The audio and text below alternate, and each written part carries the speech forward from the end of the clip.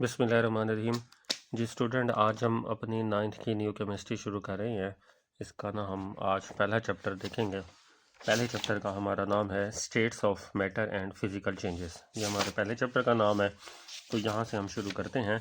इस चैप्टर के अंदर जो है ना, हम मैटर की हालतें और उस मैटर में जो जो तब्दीलियाँ होती हैं उसके बारे में देखा जाता है। ये न्यू केमिस्ट्री आई है पिछले साल से ही, 2025 से, तो बहुत अच्छी बनी हुई है ये। पहले से काफ़ी इम्प्रूवमेंट है इसके अंदर। तो पहले हम देखते हैं व्हाट इज़ केमिस्ट्री। केमिस्ट्री की हम डेफिनेशन देखते हैं। केमिस्ट्री जो है ये साइंस की एक ब्रांच है, शाख है उसकी। साइंस जो है ना, हमारा वसी इल्म है। हमारा जो नॉलेज है साइंस का वो बहुत वसी है। हम उसको इकट्ठा स्टडी नहीं कर सकते सारा कुछ। मैं इसको ऐसे समझाऊं, जैसे कि बहुत सारे स्टूडेंट है, जैसे कि स्कूल है, उसमें क्लासें अलहदा बनी हुई होती हैं। 1 क्लास अलहदा है, 5 अलहदा है, 7 अलहदा है, 10th अलहदा है, 9th अलहदा है। इसी तरह साइंस जो है उसको भी अलहदा ब्रांचें बना दी हैं, सारा इकट्ठा नहीं स्टडी किया जा सकता। तो केमिस्ट्री भी साइंस की एक ब्रांच है। तो डेफिनेशन तो इसकी यहाँ लिखी हुई है, chemistry the branch of science which deal with the properties, composition and the structure of substances. It also deals with the physical and chemical changes in matter and the laws or principle which govern these changes। यहाँ तक इसकी definition बनती है। यहाँ हमने थोड़ा सा इसी करके इसको जो है वो नोट्स के अंदर बताया हुआ है मैंने। तो देखें केमिस्ट्री में वो क्या कह रहा है। Chemistry the branch of science that deal with, इसमें 3-4 चीज़ें हम देखेंगे। प्रॉपर्टीज ऑफ सब्सटेंस, किसी भी चीज़ की खसूसियात देखेंगे। कंपोजिशन देखेंगे। स्ट्रक्चर ऑफ सब्सटेंस देखेंगे। Physical and chemical changes in metal, laws and principles governing these changes. ये 5-6 चीज़ें देखेंगे। प्रॉपर्टीज, खसूसियात, जैसे मैं आपको एग्जांपल दूं, हम वाटर की एग्जांपल से ही देखते हैं। वाटर क्या फार्मूला है उसका, वाटर का H2O। तो वाटर की क्या प्रॉपर्टीज़ हैं। वाटर जो है वो कलरलेस है, ऑर्डरलेस है, बेरंग है, बेबू है, बेजायका है, ये उसकी प्रॉपर्टीज़ हैं। केमिकल रिएक्शन भी करता है। उसके बाद ये प्रॉपर्टीज़ आ गया। उसके बाद कंपोजिशन इसकी क्या है। कंपोजिशन ये है कि ये हाइड्रोजन और ऑक्सीजन से मिलकर बना हुआ है, ये इसकी कंपोजिशन हो जाएगी।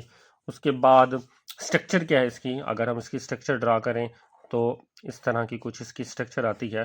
स्ट्रक्चर बड़ी क्लासों में जाके मज़ीद इसको डिस्कस किया जाता है। इस पर पार्शियल नेगेटिव चार्ज है, इस पर पार्शियल पॉजिटिव चार्ज है। इसको बेंट स्ट्रक्चर कहा जाता है, लीनियर नहीं है, बेंट है, थोड़ी मुड़ी हुई स्ट्रक्चर है। Physical mechanical changes in matter. Physical changes क्या है, पानी को आप फ्रीजर में रख दो, आइस बन जाता है, सॉलिड फॉर्म में आ जाती है। पानी को आप किसी बर्तन में लेके हीट करना शुरू कर दो, वो जो है वेपर में तब्दील हो जाता है, यानी गैस फेज में चला जाता है। यानी वही H2O ही है जो कि चेंज हो सकता है। यानी अगर ये सॉलिड है तो फिर ये H2O लिक्विड में भी जा सकता है, ये इसकी सॉलिड फॉर्म, ये इसकी लिक्विड फॉर्म। और लिक्विड को अगर हम हीट करें तो ये H2O किस में चला जाएगा, गैस फॉर्म में चला जाएगा। ये फिजिकल चेंजेस है, ये इसकी लिक्विड है, ये इसकी गैस फेज है। ये चीज़ें हम केमिस्ट्री में देखते हैं। उसके बाद laws and principle governing these changes. ये जो तब्दीलियां हैं किसी भी सब्सटेंस में जो आती हैं, ये ऐसे नहीं आ जाती, इसके पीछे कोई ना कोई लॉ, कोई ना कोई असूल बना हुआ है। उन लॉज को हम देखते हैं। यानी हम किसी भी मैटर को, हम लिया है हमने मैटर को, हम उसकी प्रॉपर्टीज में से उसकी कंपोजिशन देख रहे हैं, उस मैटर की सब स्ट्रक्चर देख रहे हैं, फिजिकल और केमिकल चेंजेस या प्रॉपर्टीज देख रहे हैं, और जो जो लॉ इन चेंजेस को ओबे करते हैं उनको हम देख रहे हैं। अगर हम ऐसा कुछ स्टडी कर रहे हैं किसी भी सब्सटेंस के बारे में, इसका मतलब है हम उसकी केमिस्ट्री पढ़ रहे हैं। ये है केमिस्ट्री। ठीक है, मेरे ख्याल में आपको समझ आ गई होगी। बाकी बुक में जितनी है वो सफिशेंट है, ये मज़ीद एक्सप्लेनेशन की हुई है। उसके बाद हमारा टॉपिक आता है कि केमिस्ट्री का जो नॉलेज है वो कहाँ कहाँ हम जो है उसको यूज़ कर सकते हैं। डिटर्मिनेशन, तो उसकी वजाहत भी यहाँ हमने बता दिया किया हुआ है। मज़ीद वो बता रहे हैं कंपोजिशन स्ट्रक्चर से क्या मुराद है। कंपोजिशन में परसेंटेज और एलिमेंट की टाइप हम देखेंगे कि कोई एलिमेंट कितने परसेंट है उसमें पाया जाता है मैथ्स के लिहाज से। जैसे कि हम देखें वाटर है, वाटर का जो मॉलिक्यूलर वेट बनता है वो 18 AMU, या 1 मोल का वेट 18 ग्राम। इसकी डिटेल आगे मज़ीद इस चैप्टर के अंदर आती है। तो इसमें हाइड्रोजन का किरदार 2 ग्राम है, प्लस ऑक्सीजन का 16 है, तब जाके ये 18 होता है। अब इसकी परसेंटेज भी निकाल सकते हैं, 2/18 मल्टीप्लाई 100 करके ये हाइड्रोजन की परसेंटेज आ जाएगी। इसी तरह 16/18 मल्टीप्लाई 100 करके ये ऑक्सीजन की जो है ऑक्सीजन की या हाइड्रोजन की परसेंटेज आ जाएगी। यानी अगर हमारे पास किसी कंपाउंड का फार्मूला है तो हम उसकी परसेंटेज वगैरह भी निकाल सकते हैं।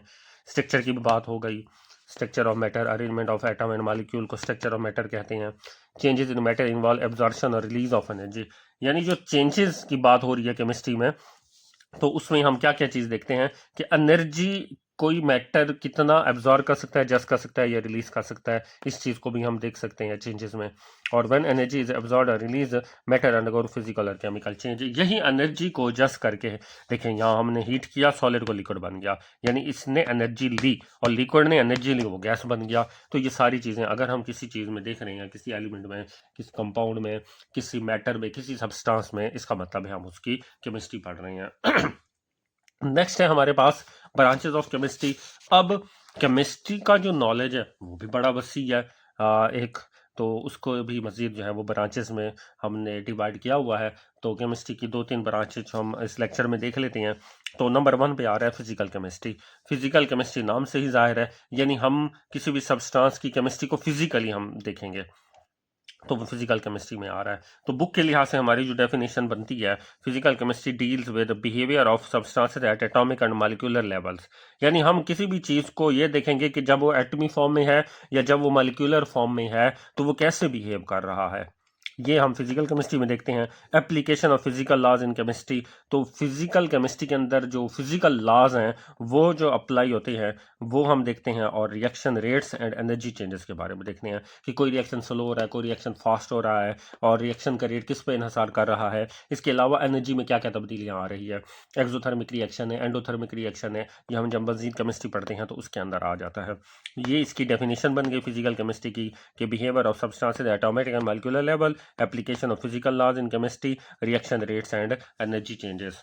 उसके बाद इस फिजिकल केमिस्ट्री की एप्लीकेशन इतलाक या कहाँ लागू होता है, तो प्रीडिक्टिंग रिएक्शन बिहेवियर, ठीक है, रिएक्शन के बिहेवियर की हम पेशगोई करते हैं। ऑप्टिमाइजिंग इंडस्ट्रियल केमिकल रिएक्शन, हमने कोई इंडस्ट्री लगाई, हमने कोई सनत लगाई, बड़ा कारखाना लगाया, तो वहाँ हम उसके अंदर देखेंगे, ऑप्टिमाइज करेंगे, हम अंदाज़ा लगाएंगे या पूरा प्लान करेंगे, ये चीज़ें देखी जाती है। Physical chemistry connect physics with chemistry. हम सिंपली ये भी कह सकते हैं कि फिजिकल केमिस्ट्री फिजिक्स को केमिस्ट्री से मिलाती है, फिजिक्स को केमिस्ट्री से जोड़ती है। तो ये हमारी केमिस्ट्री की पहली ब्रांच है फिजिकल केमिस्ट्री।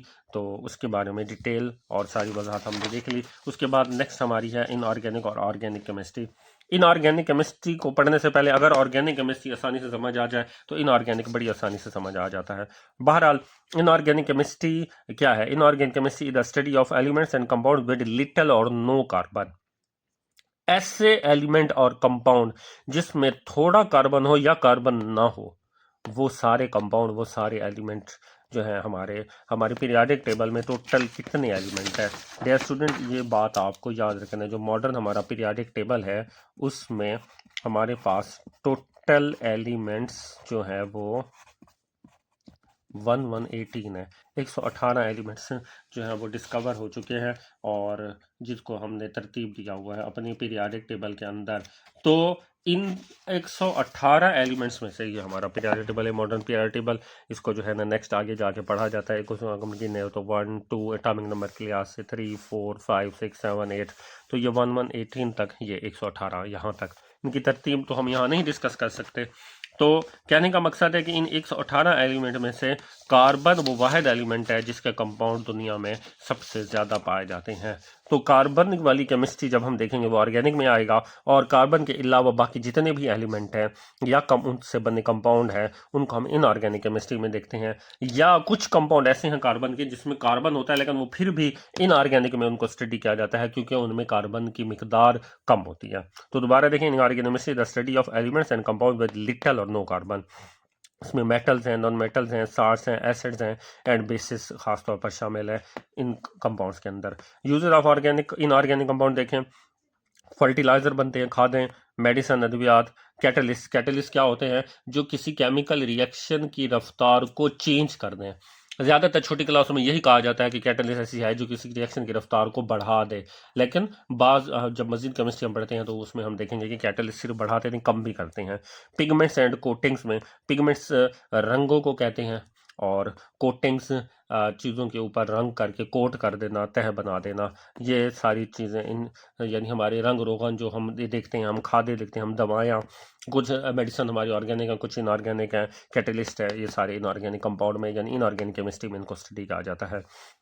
मजीद वो ये लिखा है कि most minerals and industrial chemicals are inorganic, ज़्यादातर मादनियात और इंडस्ट्री के अंदर बनने वाले केमिकल्स जो है वो हमारी क्या है, इनऑर्गेनिक है। तो ये वजाहत है इनऑर्गेनिक केमिस्ट्री की। उसके बाद जो हम अगली ब्रांच देख रहे हैं, अब हम देख रहे हैं ऑर्गेनिक केमिस्ट्री। बड़ी इंटरेस्टिंग और बड़ी आसान है। Organic chemistry deal with carbon containing compounds, लेकिन ये सफिशिएंट नहीं है। ये सफिशिएंट है hydrocarbon and their derivatives. Hydrocarbon और उनके डेरिवेटिव को ऑर्गेनिक कंपाउंड कहा जाता है। तो जो ऑर्गेनिक कंपाउंड है उनकी स्ट्रक्चर, उनकी प्रॉपर्टीज और उनके रिएक्शन को ऑर्गेनिक केमिस्ट्री में स्टडी किया जाता है। दोबारा देखें हाइड्रोकार्बन और उनके डेरिवेटिव्स को। अब डेरिवेटिव क्या होगा? हाइड्रोकार्बन, जैसे कि एक हमारा हाइड्रोकार्बन है CH4, मीथेन।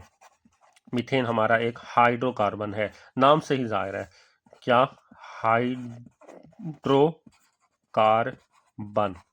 नाम से जाहिर है। हाइड्रो यानी हाइड्रोजन और carbon, carbon hydrogen plus carbon मिलके जो कंपाउंड बनेंगे वो हमारे हाइड्रोकार्बन होंगे।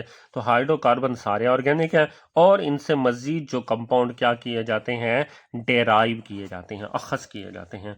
वो भी यानी पहले वो हाइड्रोकार्बन होगा, उसके बाद वो जो है वो, जैसे कि मैं आपको दिखाऊं, CH4 प्लस Cl2, इसका रिएक्शन होता है, क्या बन जाता है, CH3Cl प्लस जो है हमारे पास जो है HCl बन जाता है। तो ये जो हमारा कंपाउंड है क्लोरोमीथेन, इसको हम कहते हैं क्लोरोमीथेन। तो ये कंपाउंड इससे आया, मीथेन से आया, यानी मीथेन से हमने इसको अखज़ किया, मीथेन लेके हमने इसको लिया, तो ये हमारा डेरिवेटिव हो गया, डेराइव हमने अखज़ किया। तो हाइड्रोकार्बन और उनके डेरिवेटिव, इससे मजीद भी बन सकता है, या और भी बहुत सारे कंपाउंड है जो पहले हाइड्रोकार्बन होते हैं, मजीद उनसे कोई और कंपाउंड बन जाता है। तो हाइड्रोकार्बन और उनके डेरिवेटिव्स को ऑर्गेनिक केमिस्ट्री के अंदर स्टडी किया जाता है। ऑर्गेनिक केमिस्ट्री की इंपॉर्टेंस हम देख लें, यानी ऑर्गेनिक कंपाउंड को खाली नहीं, उनकी स्ट्रक्चर को, उनकी प्रॉपर्टीज को और उनके रिएक्शन को हम ऑर्गेनिक केमिस्ट्री के अंदर देखते हैं। इसकी इंपॉर्टेंस देखें, present in all living organism, जितने भी जिंदा जानदार हैं उनमें ऑर्गेनिक कंपाउंड है। वो एनिमल्स हैं, वो प्लांट्स हैं, ठीक है ना, उनमें सारे, इनमें जो कंपाउंड है, जो रिएक्शंस हैं, वो सारे ऑर्गेनिक होते हैं। असेंशियल फॉर लाइफ प्रोसेस, जिंदगी के जितने भी प्रोसेस हैं, जिसमें मेन जो है फोटोसिंथेसिस है। फोटोसिंथेसिस, सूरज की रोशनी में जो है सब्ज रंग के पत्ते जो है अपनी खुराक बनाते हैं, ग्लूकोज बनाते हैं, ये प्रोसेस फोटोसिंथेसिस है बायो में, और मजीद केमिस्ट्री में भी इसकी डिटेल आती है। तो ये लाइफ प्रोसेस है। फोटोसिंथेसिस करेंगे तो जिंदा रहेंगे, और पौधे जब फोटोसिंथेसिस करेंगे तो ऑक्सीजन खारिज करेंगे। ऑक्सीजन जो है वो हम एनिमल्स, इंसानों और तमाम एनिमल्स के लिए ज़रूरी है।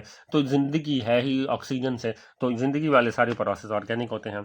Organic chemistry explain the chemistry of life, हम ये भी कह सकते हैं।